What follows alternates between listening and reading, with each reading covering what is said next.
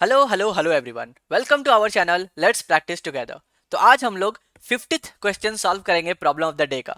So first of all congratulation to everyone जिन्होंने मेरे साथ 50 क्वेश्चन अभी तक सॉल्व कर लिए हैं। एंड आई होप कि आपका हर क्वेश्चन के साथ थोड़ा सा कंसेप्ट जो है और भी डेवलप हो रहा है। तो आज का जो प्रॉब्लम ऑफ द डे है वो है फॉर्म अ पैलिंड्रोम। क्वेश्चन क्या बोल रहा है कि आपको एक स्ट्रिंग दिया हुआ है, आपको फाइंड करना है मिनिमम नंबर ऑफ कैरेक्टर्स जो कि आप इंसर्ट करके उसको पैलिंड्रोम बना सकते हो। बहुत ही तगड़ा क्वेश्चन है, लेकिन हम लोग इस क्वेश्चन को बनाएंगे कैसे? तो मैं आपको बता दूं, एक एग्जांपल लेता हूं। जैसे कि अगर मैथ्स में एक प्रॉब्लम आता है कि अगर आपको तीन नंबर्स दिए हुए हैं और आपको फाइंड करना है एक चौथा नंबर जो उन तीनों नंबर को डिवाइड कर दे और कुछ रिमाइंडर छोड़ दे, तो हम लोग कहां पर जाते हैं? हम लोगों का सीधा सोच जो है वो जाता है एलसीएम और एचसीएफ पे। इसका मतलब एलसीएम और एचसीएफ जो है वो एज अ टूल काम कर रहा है किसी मैथ्स के प्रॉब्लम को सॉल्व करने में।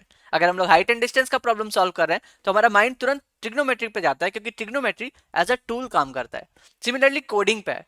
कोडिंग में हमारे पास क्या होता है ना, बहुत सारे पेरेंट प्रॉब्लम होते हैं और उस पेरेंट प्रॉब्लम के बेसिस पे हम लोग बहुत सारे चिल्ड्रन बनाते हैं। जैसे फॉर्म ऑफ पैलिंड्रोम, ये जो है ये एक चिल्ड्रन प्रॉब्लम है, तो इसका कुछ पेरेंट प्रॉब्लम भी होगा।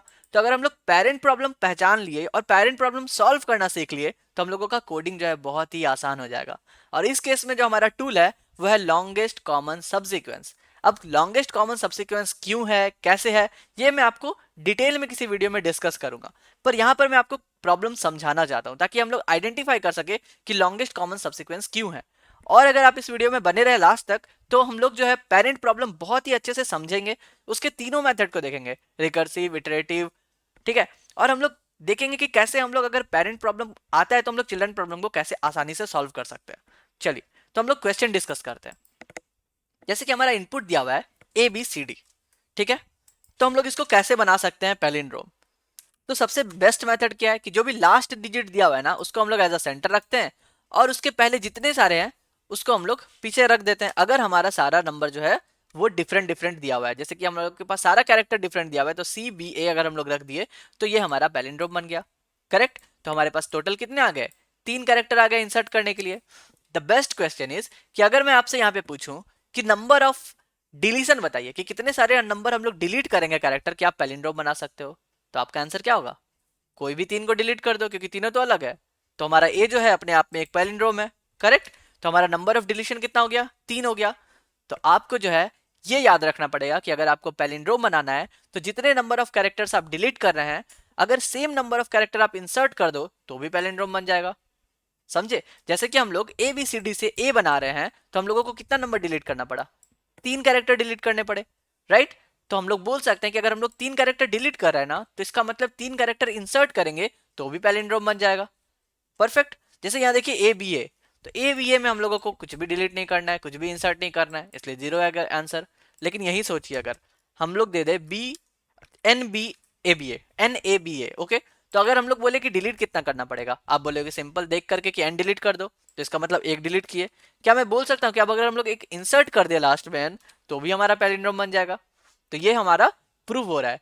तो हम लोग ने क्या समझा कि नंबर ऑफ डिलीशन जो है वही इक्वल होगा नंबर ऑफ इंसर्शन। अगर किसी को पैलिंड्रोम बनाना है तो ये जो है हम लोगों को याद रखना पड़ेगा, ठीक है।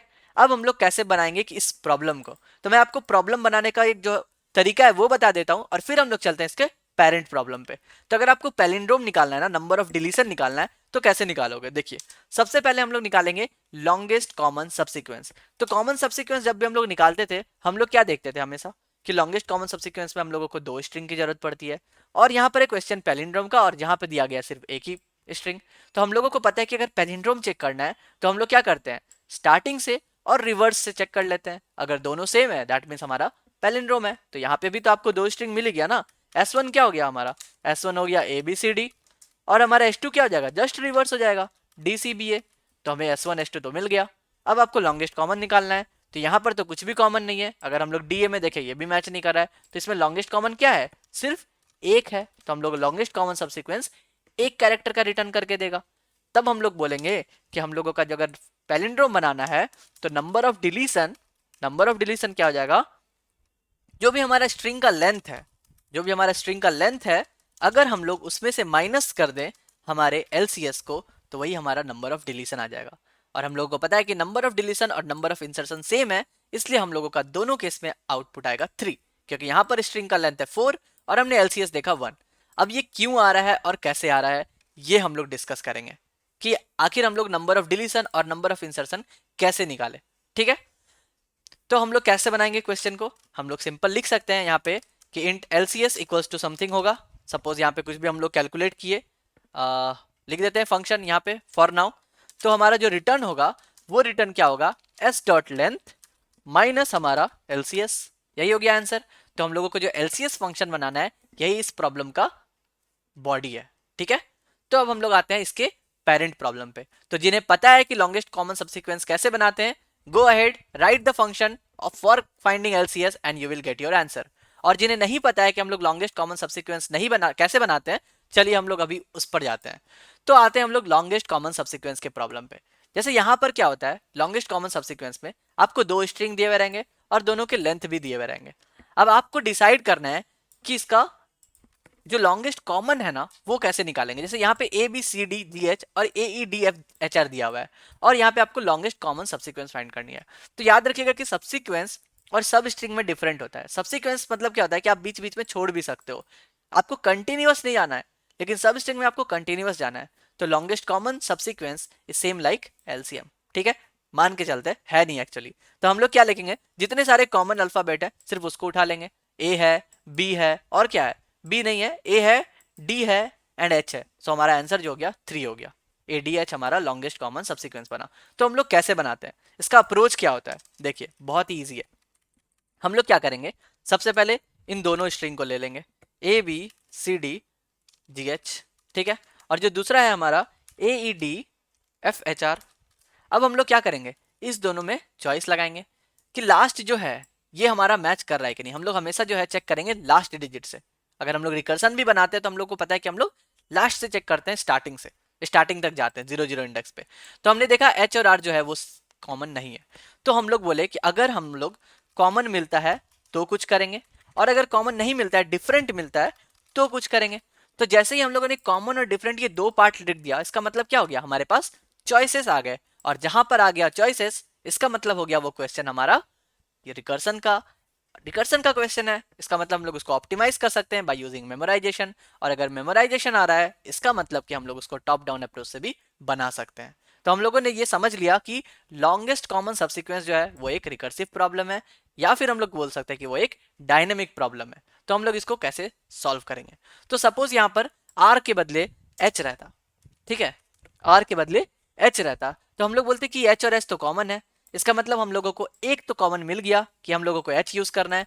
तो हम लोग बोलेंगे कि देखो हम लोग काउंट में एक ले लेते हैं, हमारे काउंट में एक इंक्रीज कर दो, और अब जो है चेक करो ABCDG के लिए, और चेक करो AEDFRH के लिए। H तो खत्म हो गया तो सिर्फ R के लिए। तो हमारा जो लेंथ है ना वो डिक्रीज होकर के 5 हो गया। समझ गए। और अगर अब दोनों डिफरेंट आ रहा है, इस केस में तो डिफरेंट नहीं आया लेकिन इस केस में डिफरेंट आ रहा है, जैसे यहाँ पे लास्ट में अगर R था उस केस में अगर हम लोग बोले, तब हमारे पास दो चॉइसेस आ रहा है कि अब हम लोगों को जो कॉमन सबसीक्वेंस निकालना है ना, वो या तो हम लोग इसको पूरा रख लेते हैं यहाँ पे, देखिए दूसरा केस ये हम लोग पूरा स्ट्रिंग रख लिए, और दूसरे केस में क्या होगा, सिर्फ R को हम लोग हटा दिए। हम लोग अब यहाँ से चेक करेंगे कि कोई कॉमन मिल रहा है या कि नहीं मिल रहा है। ठीक है, और हम लोग क्या लगाएंगे, जो हम लोग को चेक करना है ना, ये तो पहला सेट हो गया जिसपे हम लोगों को चेक करेंगे, और जो दूसरा चेक करेंगे उसमें हम लोग इस H को हटाएंगे और इस R को रखेंगे कि वहां पे कुछ कॉमन मिल रहा है कि नहीं। तो हम लोग बोलेंगे ये, और यहाँ पे ये पूरा का पूरा ये स्ट्रिंग उठा करके रख देंगे। ठीक है, तो ये हम लोग क्या बना रहे हैं, ये हम लोग बना रहे हैं अपना चॉइस डायग्राम। और हम लोग फिर से चेक करेंगे कि इसके लिए हमारा लॉन्गेस्ट कॉमन सबसीक्वेंस क्या है और इसके लिए क्या है, और इस दोनों में हम लोग बोलेंगे जो भी मैक्सिमम है सिर्फ हम लोग उसको रखेंगे। बस अगर आपने ये चॉइस डायग्राम समझ लिया तो रिकर्सिव फंक्शन बनाना आपके लिए बहुत ही ईजी हो जाएगा। तो चलिए, अगर आपने नहीं समझा तो हम लोग कोड लिखते हैं और कोड के थ्रू आपको फिर से एक बार समझाने की कोशिश करते हैं। तो LCS जब हम लोग बना रहे हैं तो हम लोगों को क्या चाहिए, एक रिकर्सिव फंक्शन चाहिए। स्टार्टिंग में तो एक रिकर्सिव फंक्शन चाहिए ना, बाद में हम लोग देखते हैं कि उसको मेमोराइजेशन में और फिर हम लोग टॉप डाउन अप्रोच में कैसे कन्वर्ट कर सकते हैं, वो भी मैं आपको इसी में बताऊंगा। तो हम लोग क्या करते हैं, एक फंक्शन बना लेते हैं, जो फंक्शन जो होगा हमारा सपोज सॉल्व करके देगा हमें। ठीक है, ये प्रॉब्लम हमें सॉल्व करके देगा या LCS का आंसर देगा। ठीक है, तो इसको हम लोग क्या क्या पास करेंगे, x पास करेंगे, y पास करेंगे, S1 पास करेंगे और S2 पास करेंगे, सेम चीज। और ये रिटर्न हमें करके देगा हमारा LCS वैल्यू। तो हम लोग बोलेंगे कि ये हमें रिटर्न करके देगा आंसर। परफेक्ट। अब हम लोग क्या करते हैं, ये सॉल्व फंक्शन को लिखते हैं। तो ये जो सॉल्व फंक्शन है ये भी हम लोग सेम यही ले रहे हैं, सेम पैरामीटर रख रहे हैं, जस्ट हम लोग रिकर्सिव फंक्शन बना रहे हैं इसलिए मैं अलग से बना रहा हूँ यहाँ पर, ठीक है। तो हम लोगों ने इसका नाम दे दिया सॉल्व।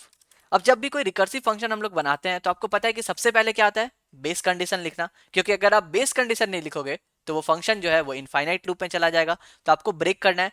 तो बेस कंडीशन लिखना कैसे होगा, मतलब अगर आपको बेस कंडीशन लिखना है किसी भी रिकर्सिव फंक्शन का तो आप कैसे लिखोगे, तो आप सोचोगे कि सबसे छोटा इनपुट आप आखिर क्या ही डाल सकते हो। तो सबसे छोटा इनपुट क्या होगा जो कि वैलिड हो, तो यहाँ पे वैलिड क्या हो सकता है कि आप स्ट्रिंग एम्प्टी कर दो। तो स्ट्रिंग अगर एम्प्टी है तो उसका लेंथ क्या हो गया, 0 हो गया। इसका मतलब कि हमारा जो बेस कंडीशन हो गया वो लेंथ 0 पे होगा। तो अगर हम लोग बोले कि अगर x 0 हो या फिर अगर y 0 हो, अगर दोनों में से किसी का भी लेंथ खाली हो स्ट्रिंग का, तो इसका मतलब कि उसका कोई भी लॉन्गेस्ट कॉमन सबसिक्वेंस नहीं बना सकते, तो हम लोग रिटर्न कर देंगे 0। ये समझ गए, कोई प्रॉब्लम नहीं है इसमें। अब आते हैं हम लोग इसमें कि अगर कॉमन मिला लास्ट वर्ड या फिर डिफरेंट मिला, यहाँ पे चेक करेंगे। सेम हम लोग लास्ट वर्ड पे चेक कर रहे हैं, तो लास्ट वर्ड क्या होगा, अगर x उसका लेंथ है तो हम लोग चेक कहाँ पे करेंगे, लास्ट वर्ड पे चेक करेंगे। सो x माइनस वन पे चेक करेंगे। तो अगर हमारा x minus one S one का अगर इक्वल टू हो जाए हमारा s2 के y माइनस वन से, तो इसका मतलब क्या हो गया कि दोनों इक्वल हैं। और अगर दोनों इक्वल है तो हम लोगों को काउंट को इंक्रीज करना है और उसके बाद हम लोगों को दोनों को एक एक घटा करके फिर से इसी फंक्शन को रिकर्सिवली कॉल करना है। तो हम लोग बोलेंगे return 1 plus same solve function. इस बार हमारा x क्या हो जाएगा, एक लेंथ डिक्रीज हो गया, y क्या होगा उसका भी एक लेंथ डिक्रीज हो गया, और s1 s2 जो है वो आपका सेम रहेगा क्योंकि हम लोग उसमें चेंज नहीं कर रहे हैं। और अगर ऐसा नहीं रहा, अगर ऐसा नहीं हुआ, इसका मतलब कि वो दोनों इक्वल नहीं है। अब वो दोनों इक्वल नहीं है मतलब आपके पास चॉइसेस हैं कि आप लेफ्ट में जाओ या फिर आप राइट में जाओ, किसी एक को चूज करो, अदरवाइज नहीं करो। तो हम लोग सिंपल रिटर्न करेंगे मैक्सिमम ऑफ क्या, लेफ्ट में और राइट में। तो सॉल्व हम लोग कॉल करेंगे। इस बार क्या करेंगे, सिर्फ x को पूरा पूरी रख दिए लेंथ, y को एक लेंथ कम कर दिए, s1 हमारा सेम, s2 हमारा सेम, ठीक है। और जो दूसरा पैरामीटर हो गया मैक्सिमम के लिए, वो क्या होगा, हम लोगों ने इस बार x को डिक्रीज करना है और y को रखना है। तो हम लोग x को डिक्रीज किए, y को रखे, s1 और s2 एज इट इज रह गया।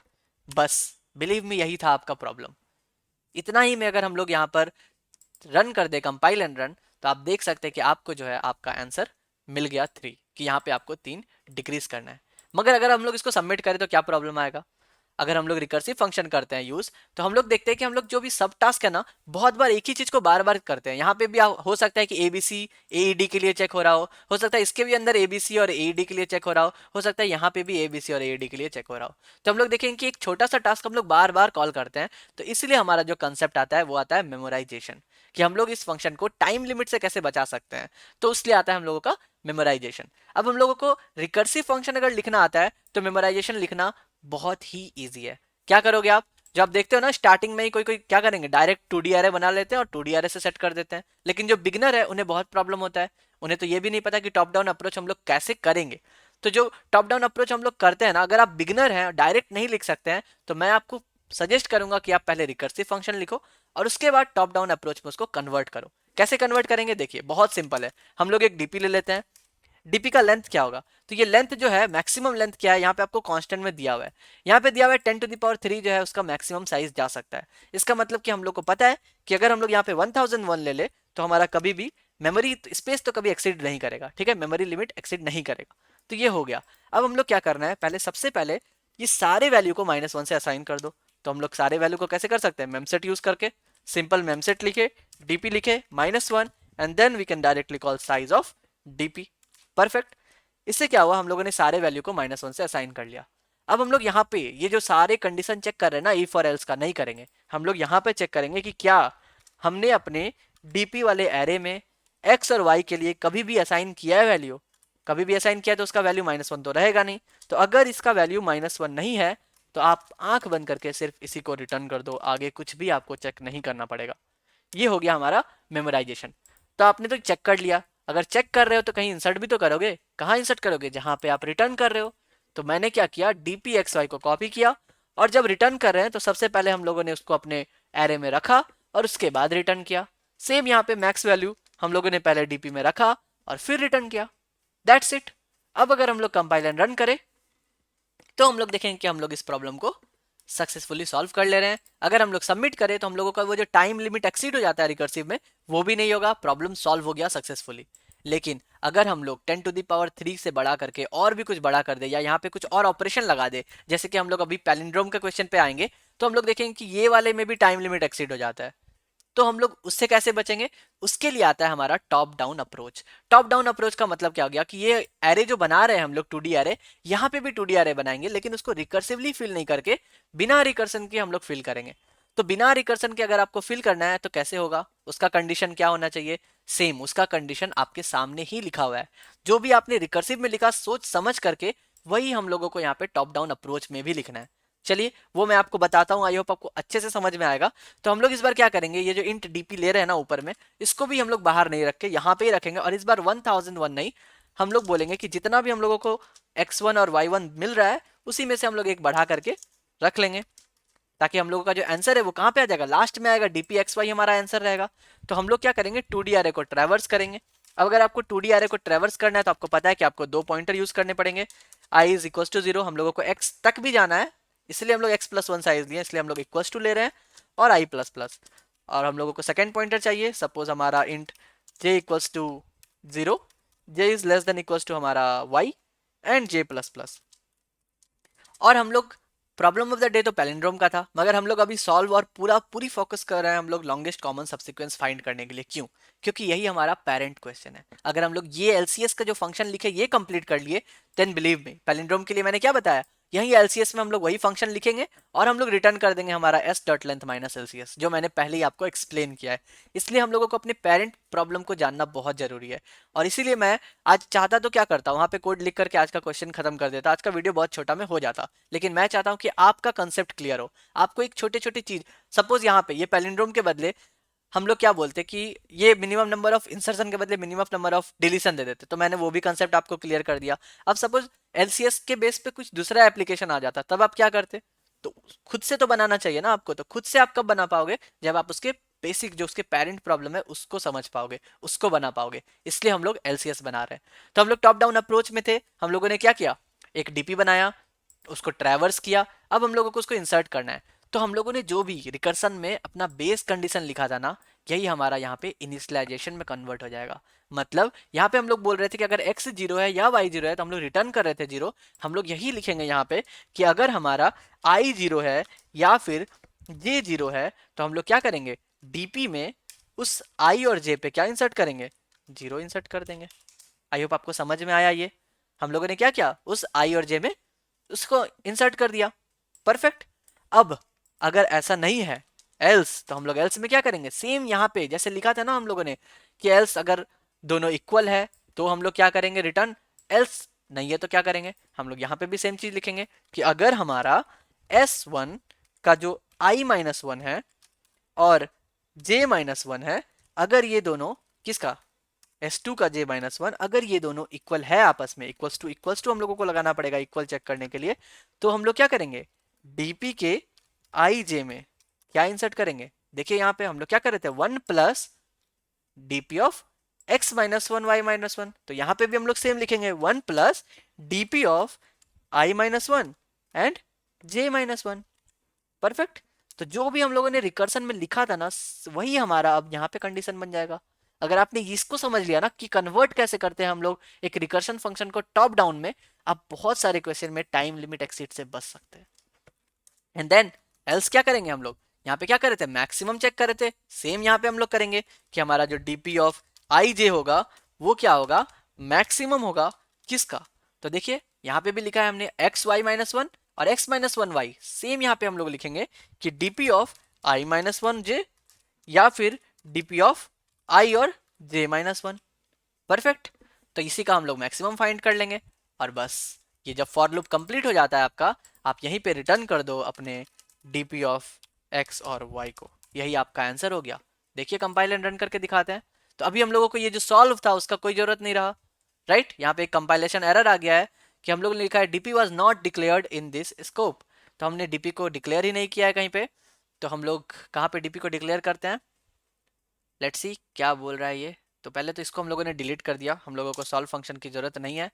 एंड लेट्स सी अभी क्या प्रॉब्लम आ रहा है।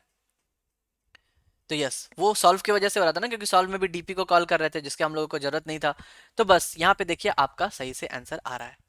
तो अगर आपने ये LCS फंक्शन लिखना सीख लिया, ये जो टॉप डाउन अप्रोच है, जो 5 लाइन का कोड है, अगर आपने इसको सीख लिया लिखना, देन आपका पैलिंड्रोम फंक्शन रहा ही क्या।